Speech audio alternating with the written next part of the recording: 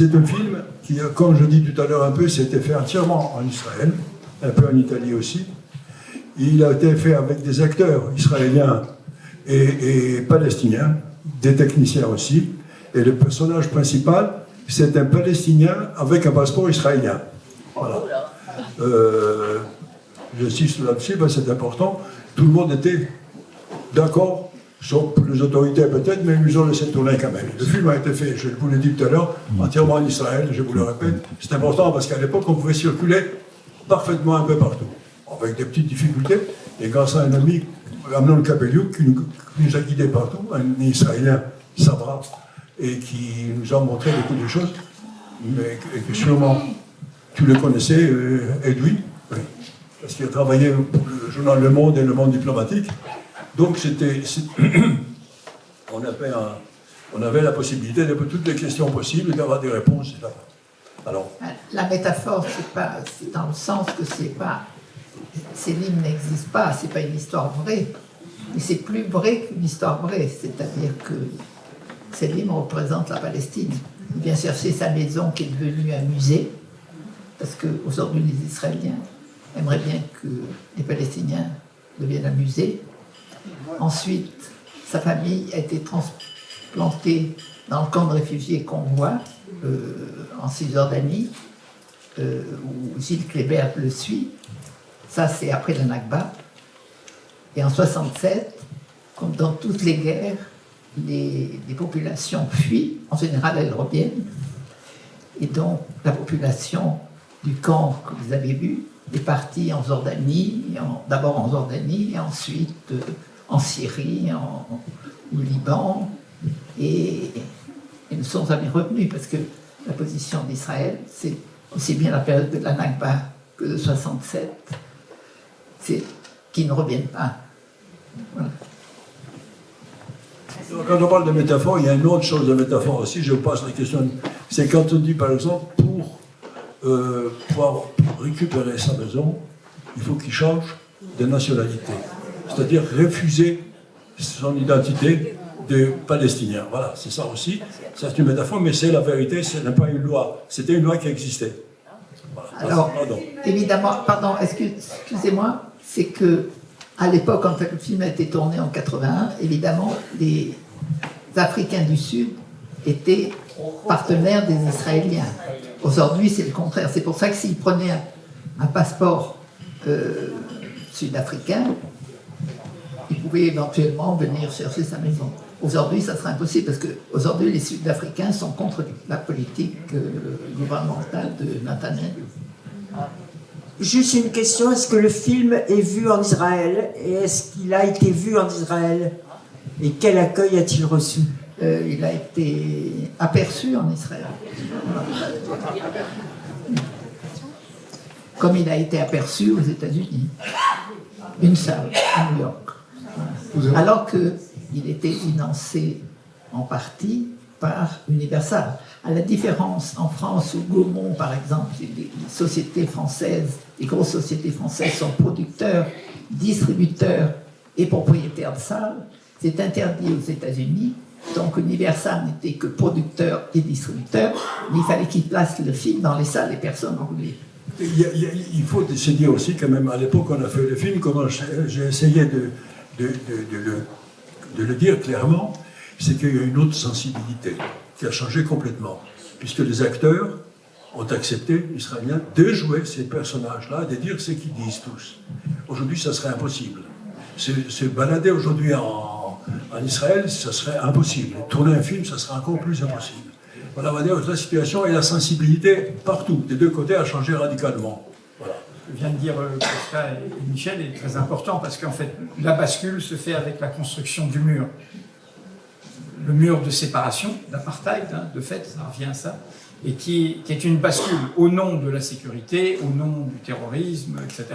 Le mur, hein, la construction du mur devient la bascule qui va gangréner hein, totalement la logique interne. Ce que vous décrivez, bon, c'est, comme vous disiez, l'image mentale. on le sait tous et on le documente, et tous ceux qui traitent de manière, je veux dire, sérieuse et sans passion cette réalité, c'est l'image mentale qui vous prend quand vous êtes dans une logique coloniale. Et la logique coloniale vous amène à vous êtes aliéné vous-même, c'est-à-dire vous aliénez celui que vous dominez, mais vous ne le voyez plus de la même manière et vous commencez à l'exclure. Enfin, tout ça est largement documenté. Mais je voudrais dire deux petites choses avant qu'on continue le débat. Une première, je trouve qu'il y a, par rapport à ce qu'est le propos immédiatement qui percute notre présent, de ce film maudit, oublié, etc., Costa l'a dit, je trouve qu'il y a un moment très très fort, et qui était permis à l'époque, c'est ce camp de Jéricho. Michel vient de le dire, parce que ce sont les vraies ruines du camp de réfugiés de la Nakba de 48, qui est vidé par la suite, qui est 67.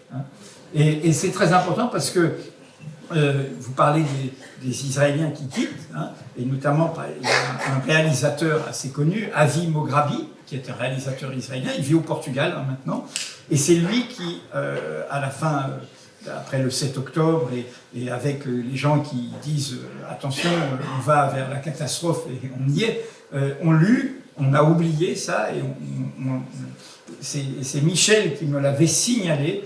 Il y a eu en septembre 1967, dans Haaretz, à l'époque, ces voix-là existaient en Israël, un appel d'Israéliens disant il faut sortir des territoires occupés maintenant. L'occupation amène la résistance crée le terrorisme crée le terrorisme, le contre-terrorisme, et si nous ne sortons pas, cela va faire de nous des assassins et des assassinés. Un texte, et ils ont fait une réunion des cinéastes, c'était un appel des cinéastes où ils ont lu ce texte de 1967. Et enfin, je voudrais juste dire, parce que Costa nous a mis, pour celles et ceux qui étaient là hier, nous a mis en garde, et du coup je la prends pour moi, cette mise en garde, parce que, évidemment, le cinéma de Costa nous invite à discuter politique, au sens de notre histoire, du passé dans le présent et tout, mais, comme il le dit, il raconte des histoires. C'est du cinéma avec une sensibilité, avec des acteurs. Et dans ce film, je voudrais souligner ça, c'est un film féministe. Parce que cette héroïne, dans ce contexte-là, cette héroïne, elle va virer les 3 mecs qui tournent. Les trois.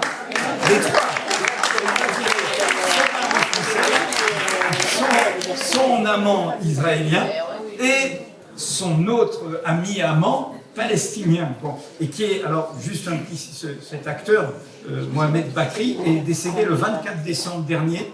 Et donc, c'est un Palestinien israélien, c'est les 20%, voilà. Et il a trois fils qui sont tous acteurs, dont certains ont choisi d'être palestiniens et pas israéliens. Mais vraiment, ce film maudit, c'est le grand film, le seul qu'on ait fait, et quand même 83, fait comme ça pour affronter et alerter sur cette situation-là, et en partant de l'histoire de la maison et de la dépossession. Parce que les Israéliens se sont rendus compte, après notre film, que c'était une erreur d'avoir gardé le camp. Nous, on a tourné en 82, le camp a été là depuis 67 maintenant.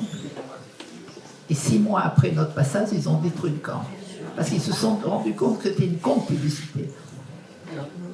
Donc, vous ne pouvez plus voir aujourd'hui ce camp. Il n'existe qu'en photo ou qu'en film. Bon, je voulais dire qu'à partir du moment où on a commencé, nous sommes allés en Israël avec mon co-scénariste Franco Solinas. Pas pour faire un film, pour visiter, pour voir. Parce que notre ami Capellouk, israélien de naissance, il nous dit venez voir ce qui se passe. La première chose qu'il nous a montré, c'est une maison explosée. On savait qu'il y avait des explosés, des maisons ici et là, on explosait, on l'avait appris, on en parlait un tout petit peu dans la presse française. Et je veux dire, Amnon, il y a combien de maisons d'explosés comme ça? On explosait une maison quand quelqu'un de la famille avait fait des actes anti-israéliens. Elle me dit, jusqu'à aujourd'hui, il y en a à peu près 5000. 5000 maisons d'exploser, ça veut dire 5000 de familles qui deviennent automatiquement contre. Et certains d'entre eux deviennent terroristes pour le moment. C'était une façon de créer un terrorisme par ces moyens-là. Une question qui est peut-être béotienne. On le tournerait en 2026, ce film. Ce serait la même chose. D'abord, on ne pouvait pas tourner. Qu'est-ce qui a changé Notre film par rapport à l'autre situation. Ce que je connaissais plus ou moins tous. Par une situation absolument inacceptable. Aujourd'hui, je ne pense pas que je pense qu'il y a des films aujourd'hui qui sont palestiniens en fond, d'autres mettaient en scène en fond, mais celui-là ne pouvait pas se tourner, ça n'aurait plus de sens, s'il vous plaît. Ça avait un sens à l'époque, par rapport au démarrage des mouvements, d'un fait historique important. Je ne suis pas tout à fait d'accord. Je pense qu'on peut faire ce même film aujourd'hui, même si mon mari est contre. C'est une raison de divorce, là.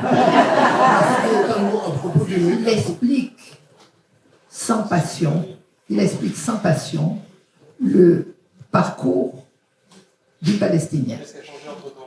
Hein? Voilà, exactement. C'est-à-dire qu'il y a eu la Nakba, ils sont expulsés une première fois, une deuxième fois, et on arrive à quoi? Aux images de la fin de Gaza. Et aujourd'hui, ce qu'on voit à la télé, on comprend mieux le film aujourd'hui qu'à l'époque. Parce qu'à l'époque, il n'y avait qu'une vision d'Israël.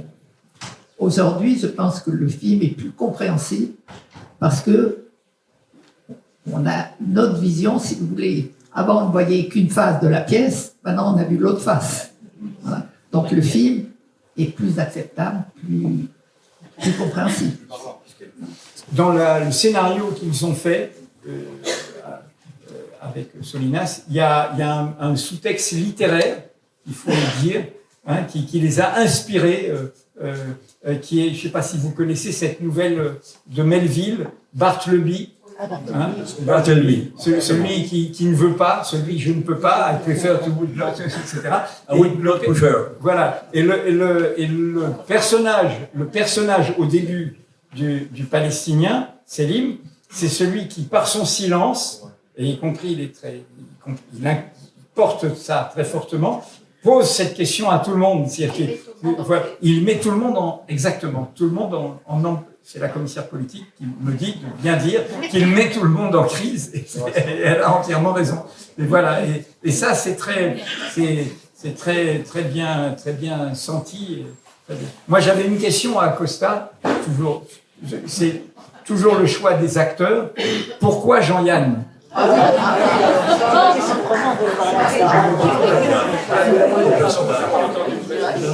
Oui. Non, parce que j'aimais beaucoup Jean-Yann et je lui avais dit une fois, je veux travailler ensemble avec toi. Et je pensais qu'il allait me refuser, mais ne pas se mêler dans cette histoire très compliquée déjà, etc. Il a eu le scénario, il m'a dit avec grand plaisir. Voilà. Il a été avec nous et il nous a fait beaucoup rire.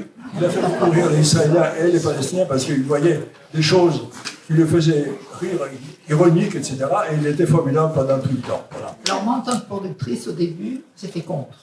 Parce que je me disais, Jean-Yann, dans ce contexte d'Israël, palestinien, politique, il va faire des blagues graveleuses et ça va lui apporter la poisse. Et en fait, il a été exceptionnel. C'est-à-dire qu'il n'avait pas demandé de chauffeur, tout ça, quand il ne tournait pas, il avait une petite voiture, il se baladait, mais il était toujours là à l'heure quand il fallait. Il faisait chaque jour, on a le programme du lendemain, et il faisait des notes de ce qu'il avait lu dans la journée, qui était à la fois politique, avec humour, et il a un peu, parce qu'on était tous quand même tendus, hein, je dois dire, pendant le tournage, et il relaxait finalement toute l'équipe et les acteurs. Il a été fantastique. Et je voulais poser aussi une question sur son personnage à lui. Parce qu'il est quand même hyper bizarre, ce personnage. Il est un peu neutre, un peu fade. On a l'impression que lui, c'est vraiment la métaphore de la France ou l'ONU, ou je me trompe. Il est complètement dépassé, un peu perdu. C'est une autre position à l'époque. On voyait ça comme une sorte d'événement oriental et pas plus que ça, à moins, naturellement, qu'on mette sérieusement dedans. Mais les voir travaillant toute la journée, comme il le faisait lui, avoir une belle fortune, une belle situation, bon, bah ça, il se battait, les orientaux, ils se battent toujours, voilà. C'était ça. Ce qui l'intéressait, c'est sa femme, récupérer la femme qu'il aimait. C'était ça. Vous avez raison sur la désolation. Vous pouvez retrouver la vidéo quand Leïla Chaïd a quitté son poste d'ambassadrice, très déçue par l'autorité palestinienne, et au même moment, Charles Anderlin quittait son poste de correspondant de France Télévisions. Et on a fait un dialogue entre deux. Leïla Chaïd s'accrochait à l'espoir des deux États. Et Charles Anderlin, de l'intérieur de la connaissance de la société israélienne, a dit mais c'est foutu. Soit on arrive à créer une dynamique d'un État de citoyens, d'un État binational, d'un État qui n'est pas ethnique, qui n'est pas de tribu. Je rappelle que Netanyahou a fait voter une loi fondamentale en 2018 qui casse, y compris au cœur déjà de la logique de colonisation, et qui dit c'est l'État des Juifs. Donc ça veut dire que tout autre est en seconde position. Mais juste pour garder une note d'espoir, moi je crois au droit.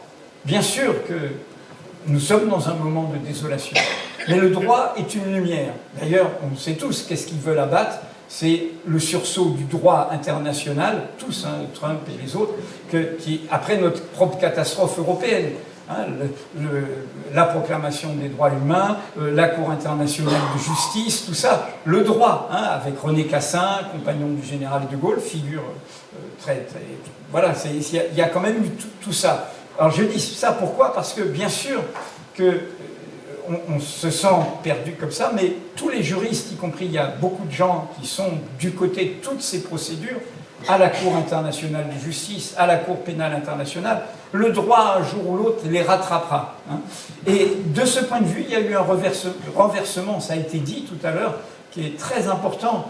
C'est l'Afrique du Sud, le pays issu de l'apartheid, qui est venu frapper à la porte du monde et qui a fait la première procédure à la Cour internationale de justice. C'était comme un retour à l'envoyeur, vous voyez, et venant du monde du Sud, du monde. Et ça, c'est très et là, il y a quelque chose c'est le chemin de l'espoir. Il faut le tirer. Non, mais voilà, il faut tirer ces petites lueurs. Hein. Voilà. Et puisqu'on est un peu dans la sensibilité de tout ça, je voudrais juste, qu'on ait une pensée pour Leïla Chaïd qui nous a quittés.